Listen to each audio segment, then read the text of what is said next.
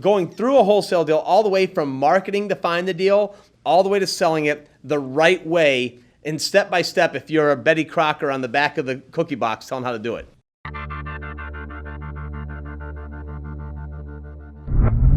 Wow.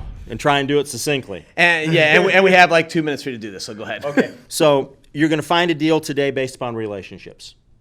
It's going to be how you cultivate those relationships, how you continue to remind those people that, hey, if you got a friend that's got a problem property, excess property, I'll buy it. Then have a legitimate, meaningful dialogue with the seller. Get it under contract. Get it with a really tight contract that covers all the things that Angelo and I talked about in the last episode, which is a shameless plug to go back and watch it again.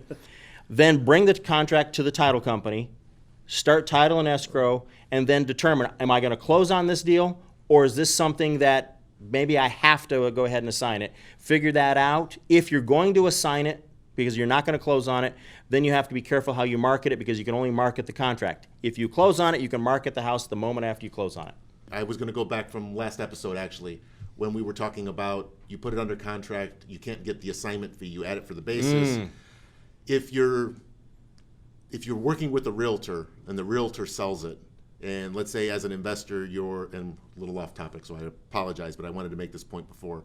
But if you're a realtor and you find the property and you're making $10,000 on it, the $10,000 is a commission, and that can be used then as towards the purchase price. So now you're buying the property for 110 as opposed to 100, because 10,000 went as a commission. Oh, that's really good. Yeah. I'm so glad you went back to that.